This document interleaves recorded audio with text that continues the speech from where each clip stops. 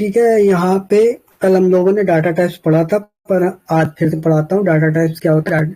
इन data types में integer data types क्या होता है। Integer data types in C is used to store the integer number such as any number including positive, negative और zero without decimal part। इसमें मतलब कि integer number वो होता है जिसमें पॉजिटिव नेगेटिव दोनों हो सकते हैं और जीरो भी हो सकता है विदाउट डेसिमल पार्ट के। ऑक्टल भी हो सकता है, हेक्सा वैल्यू भी हो सकती है। Decimal value can be stored in int data type in C language. इसकी साइज होती है 4 बाइट्स और इसको हम डिनोट करते हैं परसेंटेज जी के साथ। ठीक है, और इसकी रेंज यहाँ ये है, तुम्हारी इंटीजर की रेंज ये है। ठीक है, इसके बाद हमारा आता है float data type. Float data type is use to store floating points value. Float in C is use to store decimal and exponential values. It is used to store decimal numbers with floating point values with single precision। ठीक है, इसकी size 4 bytes है और इसको हम denote करते हैं percentage F से, क्योंकि फ्लोट वैल्यू पॉइंट वैल्यूज होती हैं और इसमें एक्सपोनेंट ई मतलब एक्सपोनेंट है। ठीक है, एक्सपोनेंट मतलब कि 10 की पावर 1 ये वाला एक्सपोनेंट वाला वो है। ठीक है, उसके बाद आता है कैरेक्टर डाटा टाइप्स। कुछ भी पूछना हो तो बोल देना। कैरेक्टर डाटा टाइप्स आता है। Character data types allows its variable to store only a single character. The size of the character is 1 byte. It is most basic data type in C. It store a single character and requires a single byte of memory in almost all compilers। ठीक है, इसकी size है 1 bite और इसका format है percentage सी से denote करते character को। ठीक है, फॉर स्टोरिंग पर्पस के लिए परसेंटेज सी, साइज है 1 byte. Double data types in C is use to store decimal numbers with floating points value with double precision। It used to define numeric values which holds numbers with decimal values in C। मतलब कि double भी वैसे ही है जैसे decimal वो होता है, मतलब कि इसमें फ्लोटिंग पॉइंट भी आ जाएगा, जैसे इंटीजर होता है वैसे ये भी होता है। इसमें फ्लोटिंग पॉइंट वाली भी वैल्यूज इंक्लूडेड हो जाती हैं। ठीक है, और double data type is basically precision sort of data types that is capable of holding 64 bits of decimal numbers or floating points। Since double has more precision as compared to that float, then it is much more obvious that it occupies twice the memory occupied by the floating point type। It can easily इसकी value मतलब कि decimal की 16 to 17 digit तक जा सकती है before और after decimal point के तक, मतलब कि 16 से 17 के डिजिट के बीच में जा सकती है इसकी वैल्यू। और इसका साइज होता है 8 बाइट। इसको हम डिनोट करते हैं परसेंटेज एल एफ से। एल एफ, ठीक है, फ्लोटिंग को हम करते हैं परसेंटेज एफ से और इसको करते हैं परसेंटेज एल एफ से, डबल को। ठीक है, इसके बाद आता है वाइड। वाइड का मतलब की है नो रिटर्न टाइप। वाइड एक ऐसा डाटा टाइप है जिसमें हमें वैल्यू कोई भी अगर हम डालेंगे तो वैल्यू हमें रिटर्न नहीं करेगा। It does not provide a result value to its caller, मतलब कि कोई वैल्यू रिटर्न नहीं करता है। ठीक है, और वाइड डाटा टाइप का ये एग्जांपल है। हाँ, कुछ पूछना है? हाँ ब्रो, मेरे को पूछना था। हाँ, जैसे कि अपन ये वॉइड मेन ना बहुत ही यूज करते हैं सी लैंग्वेज में। जैसे जब मैं कॉलेज में किया था तब बहुत किया था, बट इसका यूज समझ नहीं आया यार। हाँ, ये देखो वाइड का हम यूज बताते हैं तुमको। देखो कुछ एक मिनट, अरे यार ये नहीं चलना।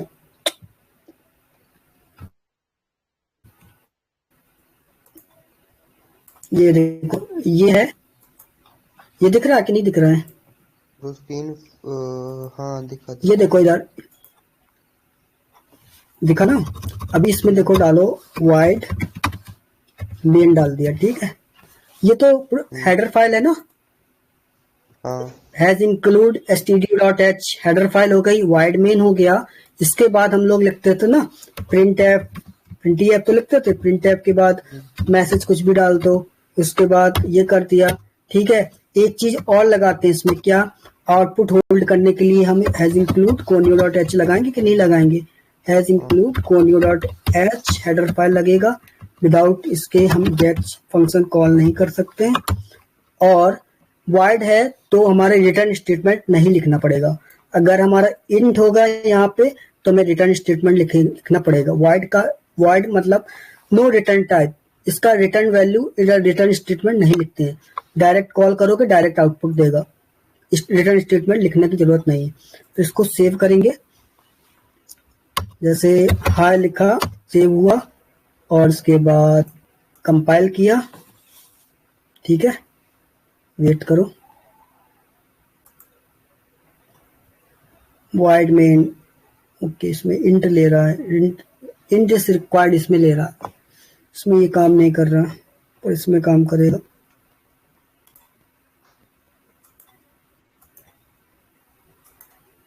देखो यहाँ पे दिखाते हैं, सॉरी, हैज इंक्लूड दिख रहा है ना, stdio.h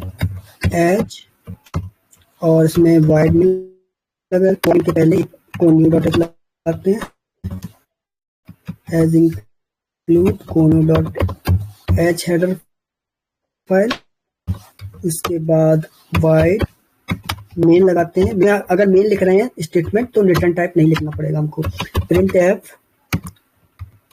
एफ के बाद सॉरी वेलकम लिखेंगे, ठीक है। उसके बाद गेट ch लिखेंगे, ठीक है। उसके बाद इसको बंद कर देंगे, फंक्शन को, मेन मेथड को बंद कर देंगे और इसके बाद इसको कंपाइल करते हैं, ठीक है। एरर देता कि नहीं ये चेक करते हैं पहले। ये सक्सेस हो गया, ठीक है। और हाँ ये रन भी हो जाएगा। अगर सक्सेस है तो ही रन होगा।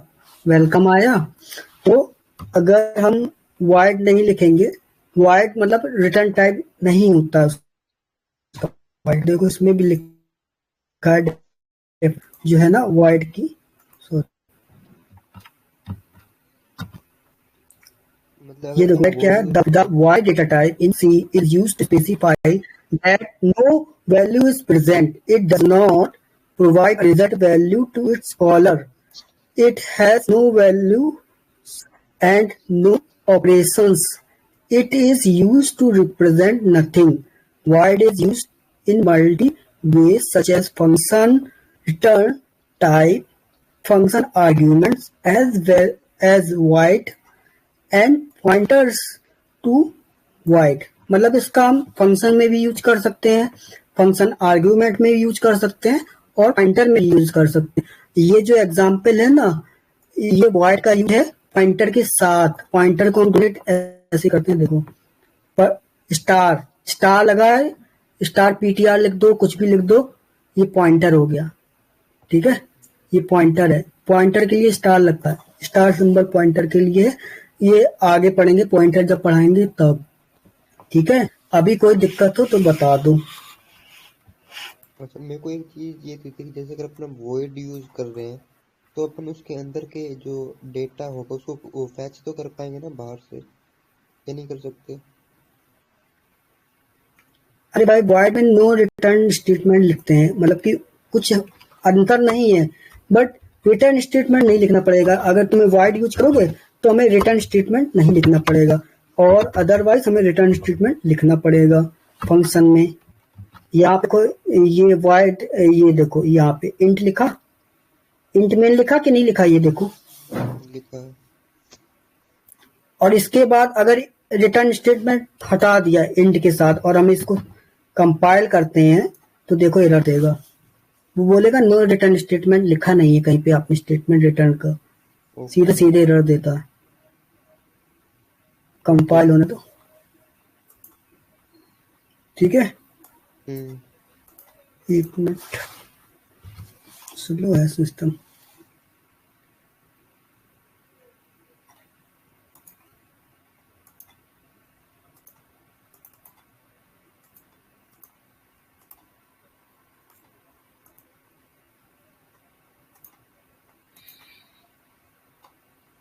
ये ले तो रहा है बट क्या है, कंपाइल हो गया, हाँ ठीक है। और रन करते हैं तो देखते हैं रन करके रन हो रहा कि नहीं हो रहा।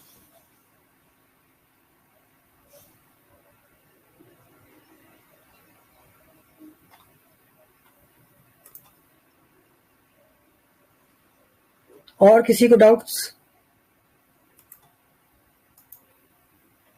हेलो, और किसी को डाउट्स है?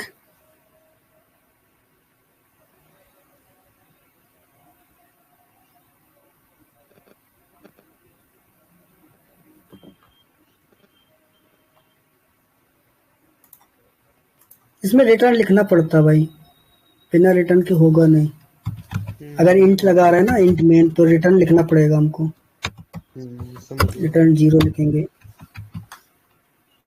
क्योंकि ये CPP में लिखा है ना, ये C++ में है तो इसलिए ले रहा है। अगर हमारा C में होगा तो नहीं लेगा।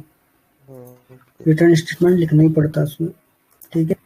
और हमारा अभी कौन सा हेडर फाइल्स था ना जो हम लगाते हैं, ये वाला, ये जो 2 फाइलें हैं ना, ये हमारी हैज इंक्लूड जो लगाते हैं, ये हमारी हेडर फाइल्स है। बिना इसके हमारा प्रोग्राम रन नहीं होगा। अगर एक भी नहीं लगाओगे तो रन नहीं होगा प्रोग्राम। यहाँ पे देखो, ये है कंपाइल किया भी, देखो एरर देगा इसमें। एरर दिया, कहाँ पे एरर दिया देखो, printf should have a prototype missing है ना हेडर फाइल। अब printf इसको पता ही नहीं चल रहा कहाँ पे है। फंक्शन तो है पर printf डायरेक्टरी तो नहीं है ना उसकी। हेडर फाइल मतलब कि फंक्शन printf किस में दिया है, stdio.h में दिया। stdio.h में तो आता है ये stdio.h, ठीक है। और अगर हम ये देखो इसमें दिखाते हैं, इंट लिखा, ठीक है, इंट स्पेस मेन, और ये लगा दिया, ठीक है। और रन करके देखते हैं इसको, इसमें चल रहा कि नहीं। उसमें तो ले रहा, इसमें देखते हैं। देखो वार्निंग दे दिया, क्या दे दिया है, अगर इंट लगाएंगे तो हम क्या लगाएंगे, इंट लगा तो रिटर्न स्टेटमेंट लिखा है, शुड बी रिटर्न वैल्यू लिखा है कि नहीं लिखा है। बिना रिटर्न के ये चलेगा नहीं इंट, ठीक है। एक मिनट रुकूंगा, ये ले नहीं रहा मैं, ये क्यों नहीं चल रहा। ये कर्सर क्यों नहीं चल रहा भाई। आर्ट एंटर, और अब देखते हैं, अभी दिख रहा है ना स्क्रीन। हाँ दिख ही रहा था, कोई इशू था।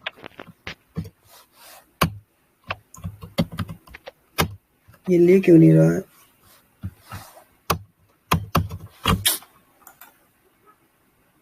यार।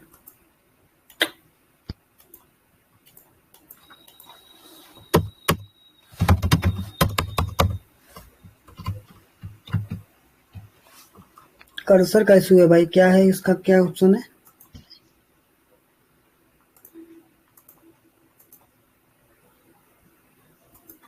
कंपाइल तो हो जाएगा, विथ रिटर्न स्टेटमेंट लगाना पड़ेगा ना। रिटर्न नहीं ले रहा ना इसमें, तो दूसरा फाइल बनाते हैं। यहाँ पे पहले हेडर फाइल्स पढ़ते हैं। हेडर फाइल्स समझ में आया कि नहीं आया, कि विदाउट हेडर फाइल का क्या रहता है, एक्सटेंशन .h रहता है, ठीक है। हेडर फाइल है तो ना, हेडर फाइल क्या होती है, a header file is a source file that has the .h extension. Header files contains the function prototypes or function declaration, whereas the source code contains the constants, Marcos system wide global variables. Whenever we require the of function, they we simply include that header files in which function is declared. There are two types of header files होती है, एक user defined होती है, एक system defined. System defined जो हमारे C program के साथ आती है, लाइब्रेरी के साथ आती है, वो भी सिस्टम हेडर फाइल्स, और एक खुद की भी होती है यूजर डिफाइंड हेडर फाइल्स। ठीक है, बिना हेडर फाइल्स के हमारा प्रोग्राम रन नहीं होगा। तो ये कंपलसरी है कि हेडर फाइल्स हमें देनी पड़ेंगी, क्योंकि उसी में सोर्स कोड रहता है। ठीक है, फंक्शन सारे उसी में रहते हैं, डिक्लेरेशन रहता है, सब कुछ। बिना हेडर फाइल कुछ रन नहीं होगा। ठीक है, उसके बाद both the user defined and system defined header file can be included in a program with the help of preprocessing directive। Preprocessing directive का सिंबल होता है हैश। ठीक है, जो हम हैश लगाते हैं वो डायरेक्टिव है, preprocessing directive. these preprocessor directives are used to instruct the compiler to process these files before compilation। There are two forms of including header files, has include और उसके बाद फाइल लगा देते हैं ऐसा, और एक ये वाला भी आता है। दो टाइप के हेडर फाइल्स हम लगा सकते हैं। ठीक है, फॉर्म्स। जो हमारा सेकंड वन है वो यूजर डिफाइंड रहता है, और ये जो हम लोग लगाते हैं ना, एंगुलर ब्रैकेट और क्लोज एंगुलर ब्रैकेट, है ना, ये हमारा सिस्टम डिफाइंड है, और ये हमारा यूजर डिफाइंड है। इसमें डिफरेंस भी है, ये देख लो डिफरेंस। एंगुलर ब्रैकेट लगा है वो हमारा प्री डिफाइंड है, उसमें लिखा भी है, लिखा प्री डिफाइंड, और ये एंगुलर लिखा है। और यूजर डिफाइंड क्या होता है, जिसमें ये नहीं है, पंक्चुएशन सिंबल है बस अकेला, तो वो यूजर डिफाइंड आता है। और यूजर डिफाइंड कैसे करते हैं, देखो ये है यूजर डिफाइंड का एग्जाम्पल। ठीक है, ये यूजर डिफाइंड का है, ये है मल्टीप्लाई डॉट सी, और ये multiply dot H, H for header file. हम लोग एक्सटर्नली हेडर फाइल को यहाँ लिख दिया, इस पे अलग सेपरेट करा, और प्रोग्राम को अलग लिख दिया, पर इसको कॉल करा दिया इसके अंदर। ठीक है, इसको करके दिखाना है प्रैक्टिकल। हेलो, प्रैक्टिकल करके दिखाऊं? कौन से का भाई? जी सर, जी सर। ये मल्टीप्लाई डॉट एच ये हेडर फाइल है ना, एक्सटर्नल हेडर फाइल है, और ये प्रोग्राम है इसका प्रैक्टिकल दिखाना है कि नहीं दिखाना है, ये बताइए सर आपको, कोड का। हाँ, देखना है मेरे को, दिखा दो। ठीक ठीक है, ये देखो, ये ले लिया। ठीक है, इसको कॉपी मारा और गया यहाँ पे न्यू सोर्स फाइल, ये पेस्ट किया, और इसको सेव करूंगा डॉट एच एक्सटेंशन से। और लगाया और लगाया mul.h, ये हो गया सेव। एक फिर नया फाइल बनाऊंगा, न्यू सोर्स फाइल। अब इसको लिखूंगा save H,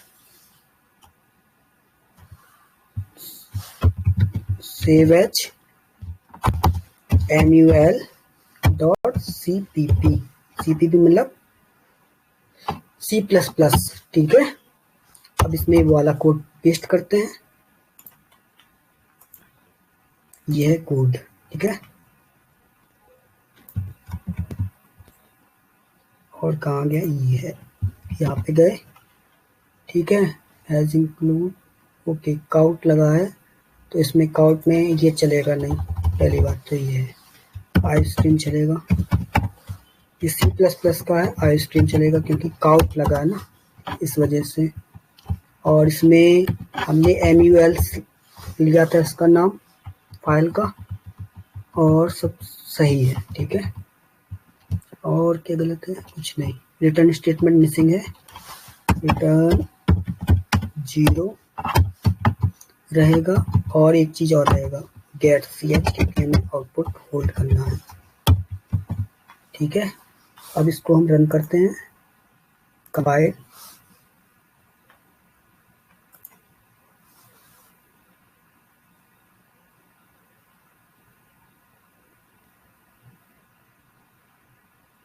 gate C H में एरर आ रहा है क्या?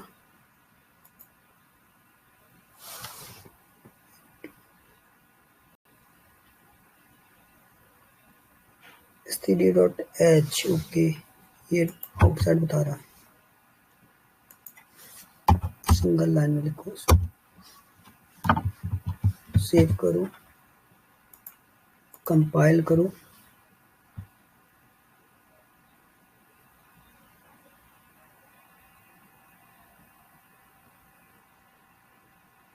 गेट सी एच अभी भी एरर आ रहा है। कंपनी स्पेस नहीं रहता इसमें, ठीक है, और इधर भी स्पेस नहीं रहेगा।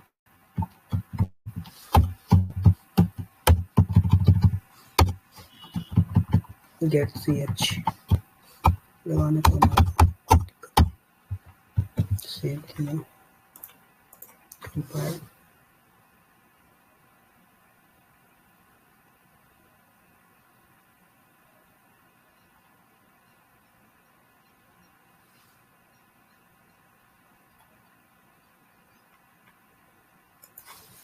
नेम स्पेस डालना पड़ेगा,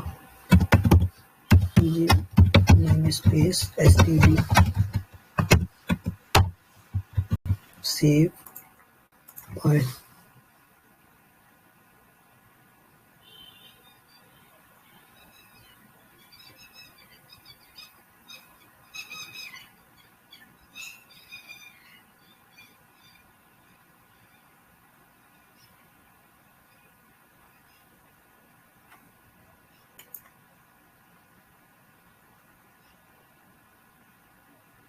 कंपाइल सक्सेसफुली। अब गेट सी एच क्यों नहीं ले रहा है? क्योंकि इसमें हेडर फाइल मिसिंग है। conio.h लगाएंगे तभी हमारा गेट सी एच काम करेगा। conio.h, अब गेट सी एच लगा देंगे तो इधर हमारा आउटपुट होल्ड हो जाएगा। सेव, कंपाइल,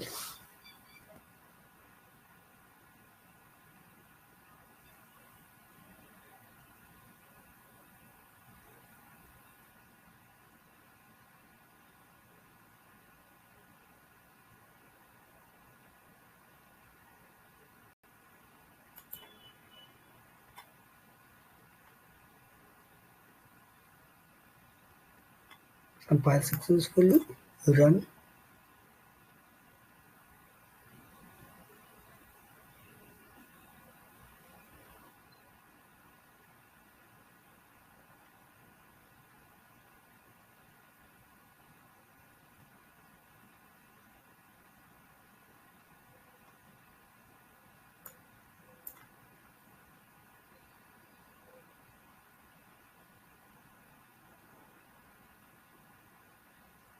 देखो मल्टीप्लिकेशन ऑफ रिजल्ट कितना आया, 2 आया। 1 इंटू 2 कितना आएगा? 2 ही तो आएगा, ठीक है।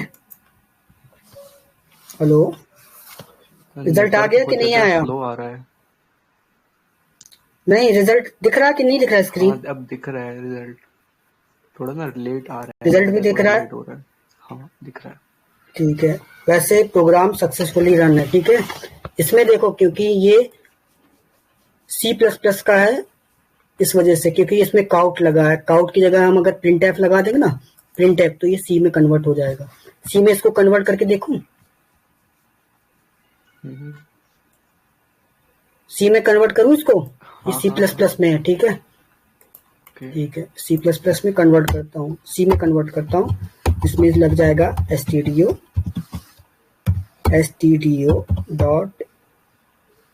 लगेगा। और माइक बंद करो, कौन है ये?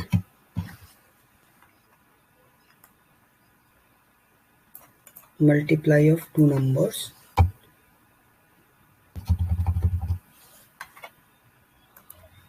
multiply of two numbers int a comma b,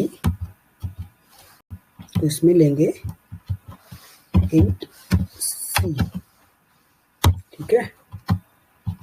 int c लिया और यहाँ पे c equal to a plus b कर दें, a डायरेक्ट हो जाए, a b है, सी लिखेंगे, सी इक्वल टू ये किया और प्रिंट एफ, क्योंकि हमारा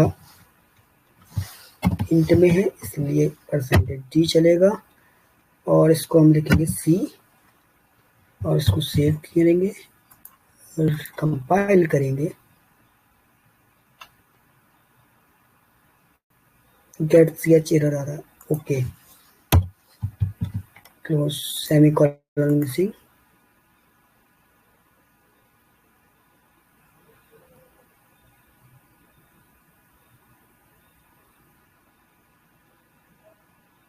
ओके, परमिशन डिनाइड तो है।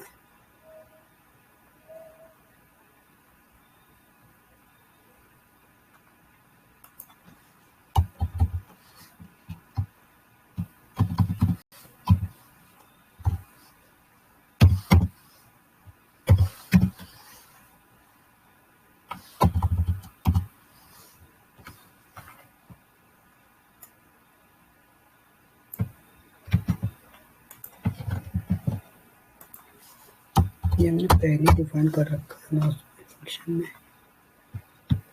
एक कम करता हूँ,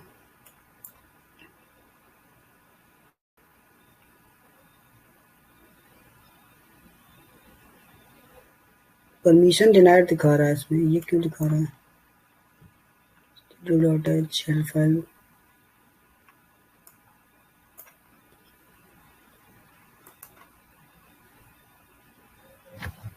सी में तो हो रहा है, पर इसमें परमिशन डिनाइड क्यों दिखा रहा है?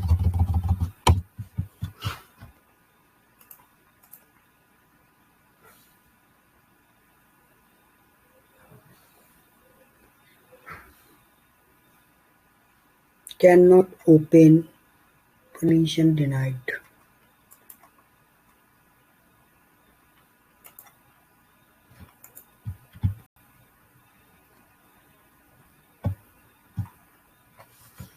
स्ट्रीम वाला करके देखते हैं, परमिशन डिनाइड आ रहा तो सिस्टम गड़बड़ है। कंपाइल,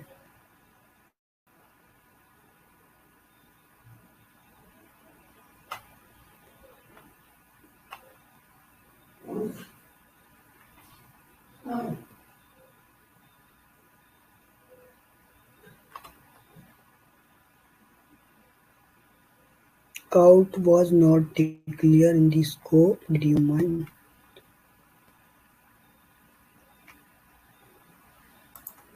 out तो डिक्लेयर्ड है भाई, ओके, स्पेस में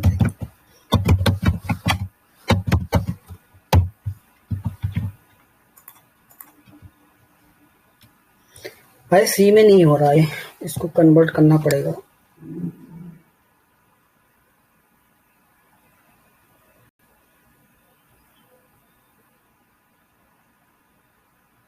अभी भी परमिशन डिनाइड आ रहा है इसमें। तो सर फिर आगे कंटिन्यू करो। परमिशन डिनाइड आ रहा है,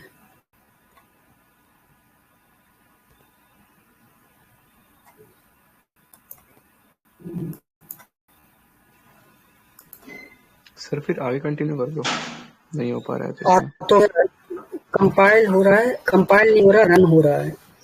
ओके ठीक है, ये सभी लोग चले कहाँ गए भाई? कंपाइल में मतलब कि फाइल परमिशन डिनाइड दिखा रहा है मेरा, ये ना, अभी देखो कंपाइल हो गया, हो गया, हो गया। कंपाइल हो गया कि नहीं हो गया? ये अभी हो गया। वो कंपाइल इसलिए नहीं हो रहा था क्योंकि वो कमांड प्रॉम्प्ट है ना जो, वो चला गया, मतलब कि वो उसकी वजह से क्लोज नहीं किया, इस वजह से परमिशन डिनाइड दिखा रहा।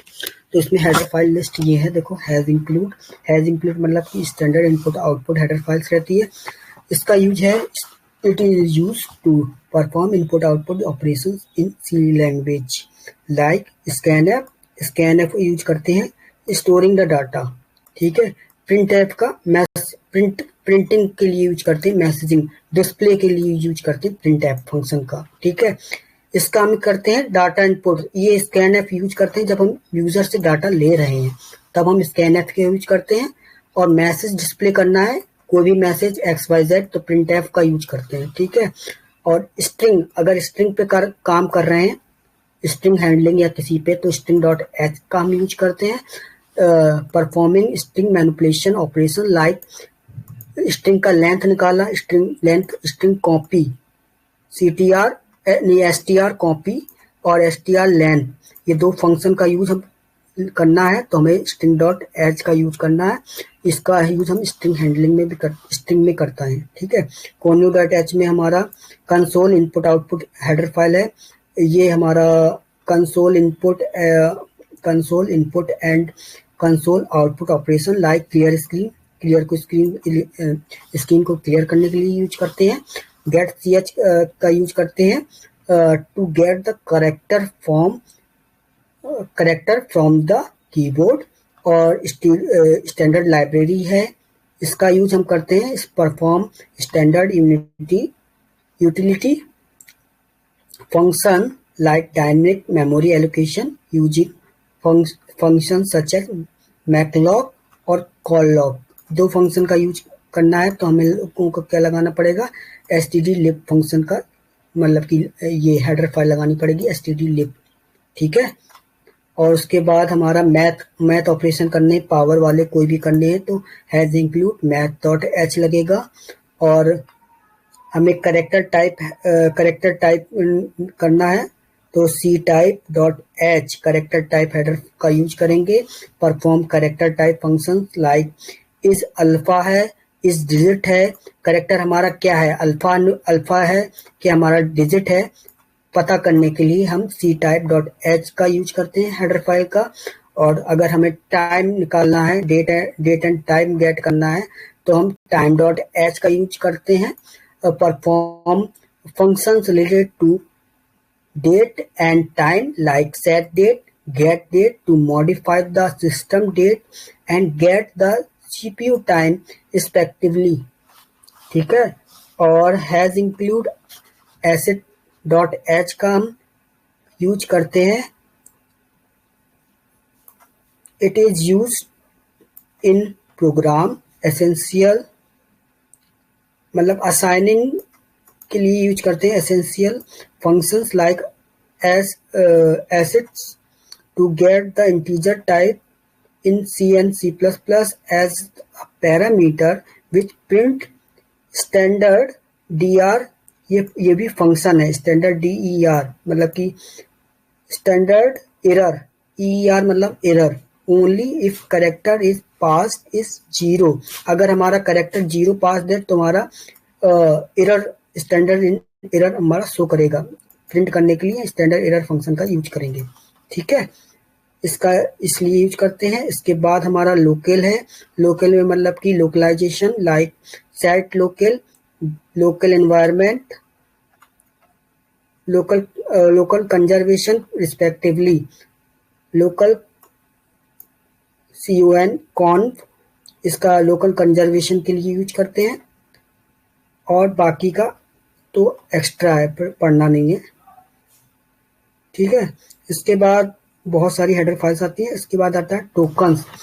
Token is the smallest unit in a program that have meaningful representation. Tokens are the building blocks of a C program and they are recognized by the C compiler to form valid expressions and statements. Tokens can be classified into various categories, each with specific roles in the program.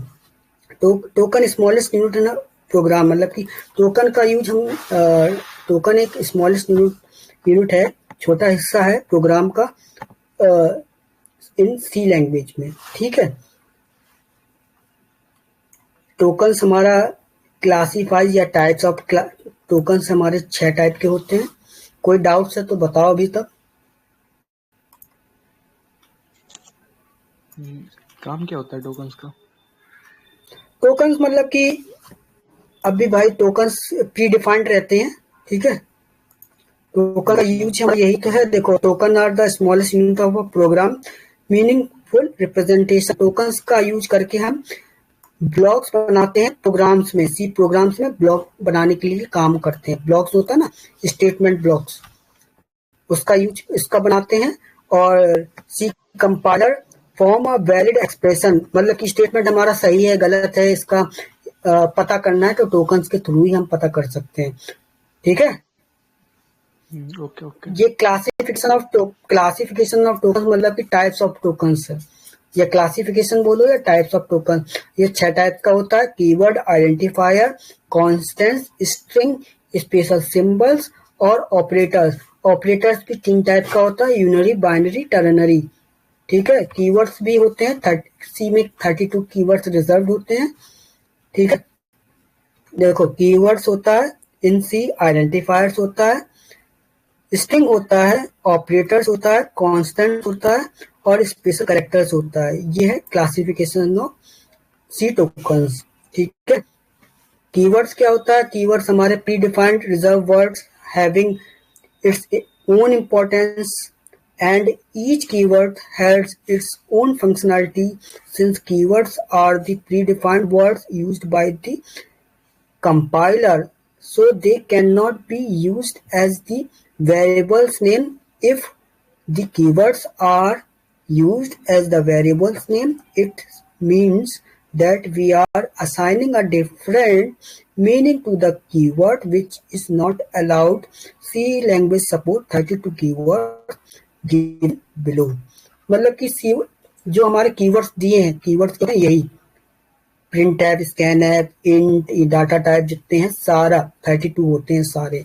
ठीक है, बिना अगर इसके अलावा हम कुछ भी word लिखेंगे तो हमारा कंपाइलर वो एरर थ्रो कर देगा। इन वर्डों के अलावा या फंक्शंस जो डिफाइंड हैं 32, इसके अलावा कुछ भी डिफाइन करेंगे तो वो एरर देगा। ठीक है, कोई डाउट्स? नहीं। ठीक है, आगे बढ़ते हैं। आइडेंटिफायर्स क्या होता है? Identifier in C, identifier in C are used for naming variables, functions, arrays, structure etcetera. मतलब कि आइडेंटिफायर्स का भी काम क्या है? एक वेरिएबल है, वेरिएबल में नेम असाइनिंग के लिए यूज करते हैं। ठीक है, फंक्शन में नेमिंग असाइनिंग के लिए यूज करते हैं। इसे यूज करते हैं जैसे लिखा डाटा टाइप इंटीजर ए क्या है? आइडेंटिफायर भी बोल सकते हैं या वेरिएबल, जिसके थ्रू हम असाइन कर सकते हैं वैल्यू। यहाँ पे देखो ये है ना इंटीजर, ये डाटा टाइप हो गया। ये आइडेंटिफायर बोल दो, उसको वेरिएबल बोल दो, कुछ भी बोल दो। ठीक है, equal to 1, a equal to 1, integer a की वैल्यू क्या है? 1 है। ठीक है, किस टाइप में है? इंटीजर टाइप में है। अगर इसकी जगह कैर लिखते, कैर इक्वल टू ch मतलब कि character, char equal to ch, अगर ये लिखते ch, ठीक है, तो ये हमारा कैरेक्टर हो गया। कैरेक्टर भी फॉर्म में आता है कितना? 1। ये एरे में चलता है कैरेक्टर, और एरे अभी है नहीं, बाद में है। ठीक, इसके बाद हमारा स्ट्रिंग। देखो कीवर्ड ये आइडेंटिफायर्स के कुछ रूल्स भी हैं। The first character of N identifier should be either an alphabet or an underscore, and it can be followed by any of the character digit underscore। मतलब कि अल्फाबेट होना चाहिए या अंडरस्कोर लगा दो या डिजिट हो या कैरेक्टर हो, वही हमारा आइडेंटिफायर अलाउड करेगा सी में। It should not be beginning of any numeric digit. इसमें मतलब कि जो हमारा अल्फा जो हमारा है 2A, ये नहीं काम करेगा। इसमें ए ही लिखना पड़ेगा, उसके बाद 2 लगा दो, कोई दिक्कत नहीं, यहाँ पे ए ही लगेगा। ठीक है, अगर लगाएंगे तो हमारा वो वैलिड आइडेंटिफायर नहीं है। In identifier both upper case lower case letter are distinct, therefore we can that identifiers are case sensitive। Identifier हमारा कैसे अपर केस भी हो सकता है, लोअर केस भी हो सकता है, लेटर अल्फाबेटिकली। ठीक है, कॉमा और blank space can not be specified with in an identifier. Comma use नहीं कर सकते हैं कॉमा में अगर ये लिखा है तो कॉमा, यहाँ पे कॉमा नहीं आते डाटा टाइप के बीच में। डाटा टाइप डिफाइन हो गया, आइडेंटिफायर डिफाइन हो गया, वैल्यू डिफाइंड हो गई, उसके बाद हम अगर लगा दें तो ये हमारा वैलिड हो जाएगा, वैलिड आइडेंटिफायर का टाइप है। ठीक है, keyword can not be represented as an identifier. The length of the identifier should not be more than 31 character. Identifier की लेंथ 31 character से ज़्यादा नहीं हो सकती। Identifier should be written in such a way that is meaningful, short and easy to read. मतलब कि identifier का जो लिखा है वो मीनिंगफुल होना चाहिए, शॉर्ट होना चाहिए, इजी होना चाहिए और रीडेबल होना चाहिए कि हम रीड कर सके। ए बी सी डी तो ये लिखा है ना, ये इजी रीड कर सकते हैं। ठीक है, ऐसा होना चाहिए। इसके बाद आता है string. String in C, string is in C are always represent as a array of character that having null character. Null character को इसे डिनोट करते हैं। ठीक है, ये जीरो है या जीरो बोल दो, वो है at the end of the string. The null character denotes the ending of the string. String in C are enclosed within double quotes के अंदर होना चाहिए, while characters are enclosed with single characters. ठीक है, the size of a string number of a character that the string contains। जैसे इसको ऐसे denote कर, मतलब एरे में करेंगे कैरेक्टर ए, एरे का साइज कितना है 10, ए का साइज 10 है और इसके इक्वल जावा टी पॉइंट या कुछ भी लिख दो वो होगा, एक्स वाई जेड कुछ भी लिख सकते हो। ऐसे हम डिनोट करेंगे स्ट्रिंग को। ठीक है, एरे के फॉर्म में यूज करते हैं इसको। तो ऑपरेटर्स, ऑपरेटर्स हमारे 3 टाइप के होते हैं।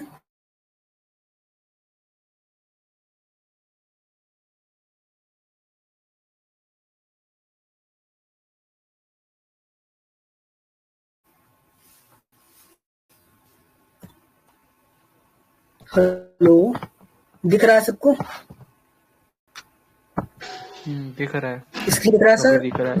अभी आवाज अब चला, नेट चला, अभी आवाज नहीं आ रही थी, मैंने बोल दिया सब कुछ, आवाज नहीं आई कुछ? नहीं, जब आपने नहीं, अभी बिल्कुल अभी आवाज नहीं आ रही थी और अभी आने लगी, अब आ रही है आवाज। हाँ, तो नेट डिस्कनेक्ट हो गया था। और माइक बंद करो, कौन है? ऑपरेटर इन सी क्या है? Operator, an operator in C can be defined as the symbol that help us to perform some specific mathematical, relational, bitwise, conditional or logical computations on values and variables. The values and variables used with operators are called operands. So we can say that the operators are the symbols that can perform operations on operands. ये जो example है ना, ये ए equal to ये, यही है। इसमें equal क्या है? ऑपरेटर है, कॉमा भी ऑपरेटर ही आता है। ए हमारी वन हमारी वैल्यू हो गई, ए हमारा वेरिएबल हो गया, इंट हमारा डाटा टाइप हो गया। ये जो है ना इक्वल, ये हमारा ऑपरेटर है, ये भी हमारा ऑपरेटर है, ये हमारी वैल्यू है। ठीक है, इससे समझो। ठीक है, ये हमारा ऑपरेटर्स होता है। ऑपरेटर्स इन सी देखो, ये देखो ऑपरेटर्स इन सी कितने होते हैं? यूनरी होता है, बाइनरी होता है, टर्नरी। टर्नरी में 3 ऑपरेंड्स होंगे, बाइनरी में 2 ऑपरेंड्स होंगे और यूनरी में सिंगल ऑपरेंड्स होगा। ये प्लस प्लस हमारा यूज होता है फॉर लूप में, फॉर लूप में ये होता है हमारा यूज। और ये मैथमेटिकल जो है ना, ये सारे हमारे बाइनरी ऑपरेटर्स हैं। ठीक है, उसके बाद टर्नरी ऑपरेशन में कंडीशन चेक करते हैं हम लोग, इसमें तीन बनाते हैं। यूनरी में 3 टाइप। Unary operators are applied only single operand, single है इसमें, देखो है ना, माइनस माइनस को बोलते हैं हम लोग डिक्रीमेंट ऑपरेटर, प्लस को बोलते हैं इंक्रीमेंट ऑपरेटर, इसको बोलते हैं प्री पोस्ट भी बोल सकते हैं। प्लस प्लस है तो प्री हो गया, माइनस माइनस है तो प्री हो गया, प्लस प्लस है तो पोस्ट हो गया। पोस्ट इंक्रीमेंट प्री इंक्रीमेंट में बफर में सेव हो जाता है कि हमारा डाटा, और पोस्ट में हमारा बाद में होता है डाटा। ठीक है, ये पढ़ाया जाएगा कब, जब हमारा फॉर लूपिंग पढ़ाई जाएगी तब, कंडीशनल स्टेटमेंट तब आएगा ये हमारा unary operator, binary operator, ternary operator का यूज। ठीक है, तब तक डेफिनेशन ही है। बाइनरी ऑपरेटर क्या होता है? Binary operator is an operator applied between two operand.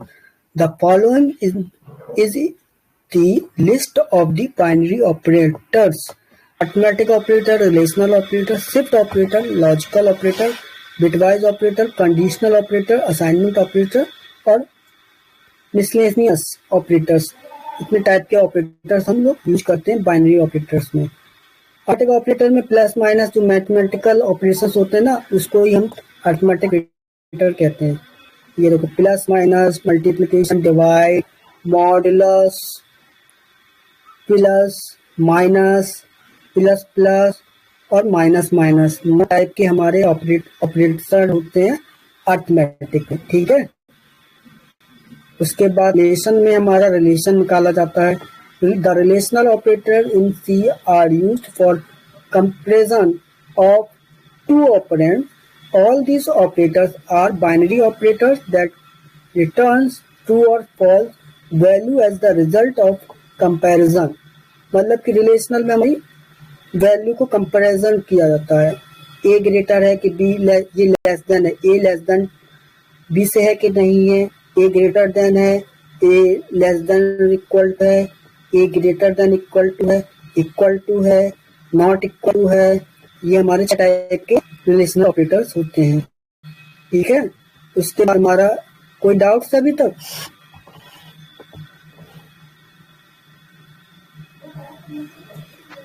Hello, कोई डाउट्स?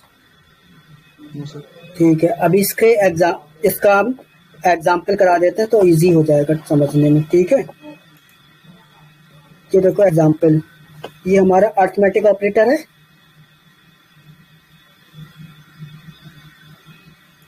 अरिथमेटिक ऑपरेटर का हम एग्जाम्पल करते हैं यहाँ पे। कहाँ गया ये? ठीक है, ये दिख रहा है सबको? दिख रहा है। ठीक है, इसको हम बड़ा कर देते हैं। अब दिख रहा है, हैज इंक्लूड stdio.h फाइल लगेगी। उसके बाद हैज इंक्लूड conio.h, इंक्लूड की स्पेलिंग मिस्टेक है, sorry for that. Has include conio.h, ये दोनों हेडर फाइल्स हैं। और उसके बाद void main लगेगा। void main के बाद हमारा इंटीजर डाटा टाइप हो गया, ए हमारा वेरिएबल हो गया, ए इक्वल टू हमने 10 असाइन कर दिया, कॉमा लगाया, इंट बी इक्वल टू 20 लिया। ठीक है, और हमने सेमी कॉलन, इसमें ध्यान रखना सेमी कॉलन जरूरी है एंड में। ठीक है, बीच में कॉमा लगा दिया क्योंकि हमने बार बार नहीं लिखना है। अगर ऐसे कर दोगे तब भी चल जाएगा प्रोग्राम हमारा। ठीक है, और उसके बाद ये हो गया। उसके बाद एक और लेंगे, कॉमा सी लेंगे और ये बंद कर देंगे। उसके बाद c equal to a plus b करेंगे। उसके बाद प्रिंट करेंगे, प्रिंट एफ। उसके बाद परसेंटेज डी कर देंगे। उसके बाद सम of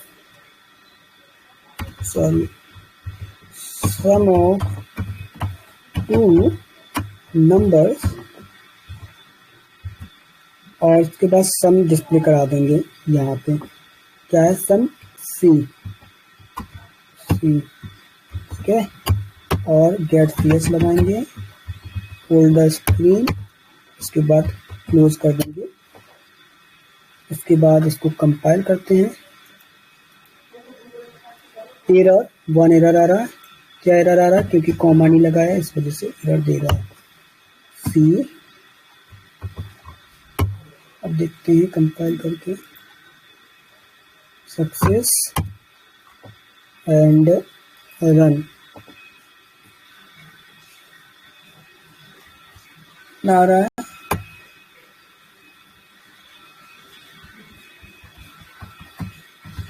some of to number से तो है,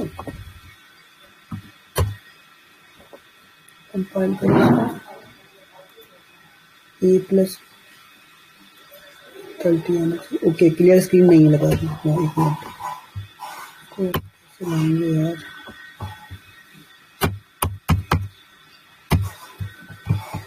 यहाँ से ओके, एडिट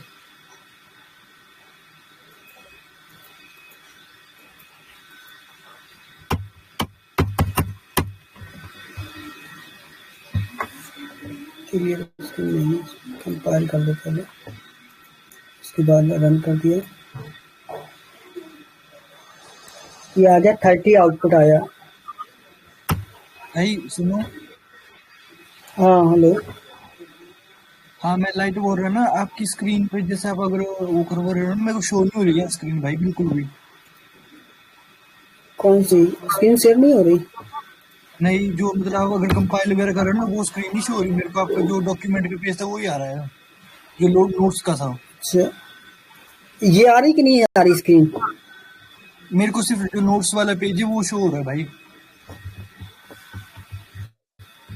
कौन सा नोट्स वाला हो गया?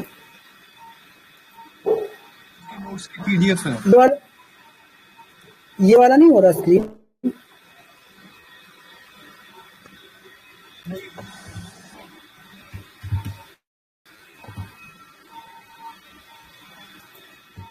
अब हो रही है? ये नोट्स वाला तो हो रही है शो स्क्रीन, और ये वाली भी हो रही है डॉट सीपीपी वाली। ये अब हो रही कि नहीं हो रही अभी भी?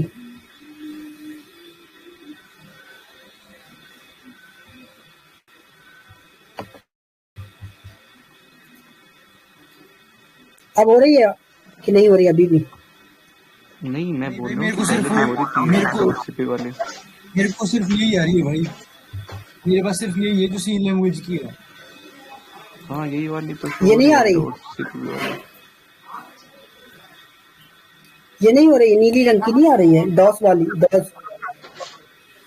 मैं एक बार रिज्वाइन करके देखता हूँ, मेरे में नहीं आ रही बिल्कुल भी भाई। डोस वाली हो रही है ठीक स्क्रीन है ठीक, शेयर। तो वही तो कर रहा हूँ, डॉसी वाली तो कर रहा हूँ। इसमें एडिट क्यों नहीं हो रहा भाई, ये बताओ मुझको। एडिट का क्या फंक्शन है? ये एडिट नहीं हो रही है, हमें कुछ ऐड करना है तो ऐड नहीं हो रहा। हो गया sorry. Int a equal to 10 comma c comma int o comma b equal to 20 हो गया। उसके पे और या फिर से हो गया दिक्कत।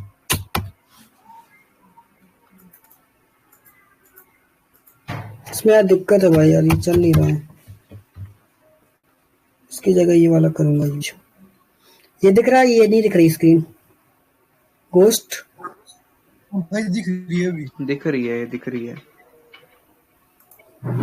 चलो ये लास्ट प्रोग्राम है, ये दिखाता हूँ तुमको। अर्थमेटिक ऑपरेटर का, अर्थमेटिक ऑपरेटर जो पढ़ाया है उसका एग्जाम्पल है। तो इसमें लगेगा stdio.h फाइल, उसके बाद इंट मेन लगेगा क्योंकि इसमें वर्ड सपोर्ट नहीं करता है। इसके बाद हमारा इंट a इक्वल टू 10 ले लो, b इक्वल टू 30 ले लिया, ठीक है, और c ले लेंगे क्योंकि हमें रेफरेंस के लिए चाहिए ना, और सम हमारा जो आएगा रेफरेंस में आएगा ना। तो इसके बाद c equal to a plus b करा, ठीक है। प्रिंट किया, क्या प्रिंट किया? Print f। इसके बाद परसेंटेज d लगाएंगे क्योंकि हमारे इंटीजर में है, और c लिया क्योंकि हमारा सम को प्रिंट कराना है, ठीक है। गेट ch लगा, क्लोज किया। उसके बाद क्लियर स्क्रीन रखेंगे कि आउटपुट देता नहीं है हर बार, ठीक है। उसके बाद conio.h लगाएंगे, include as include conio.h लगाया, सेव करेंगे arth save, compile clear screen new.h.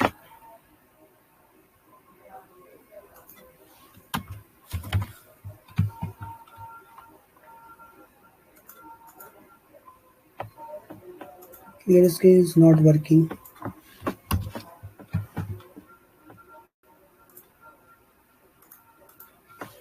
Return 0.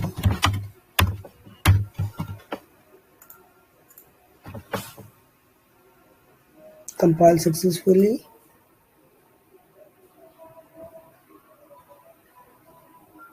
Output 40.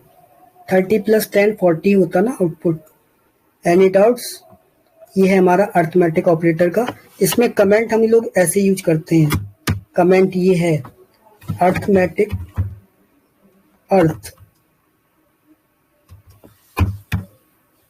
Arithmetic operator है. ठीक है, ये हमारा अर्थमेटिक ऑपरेटर है. ठीक है,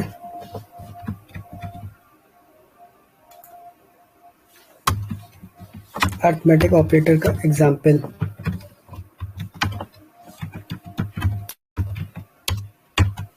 ठीक है, आज के लिए यहीं तक रखते हैं. कल फिर आगे पढ़ेंगे. ठीक है, लॉजिकल कल से पढ़ेंगे. रिलेशनल तक हो गया है. रिलेशनल का एग्जाम्पल दिखाएंगे कल फिर. उसके बाद लॉजिकल ऑपरेटर्स पे आगे बढ़ेंगे. ठीक है, ये पीडीएफ आज शेयर कर दूंगा और कोड भी शेयर कर दूंगा. ठीक है, कल भी क्लास हमारी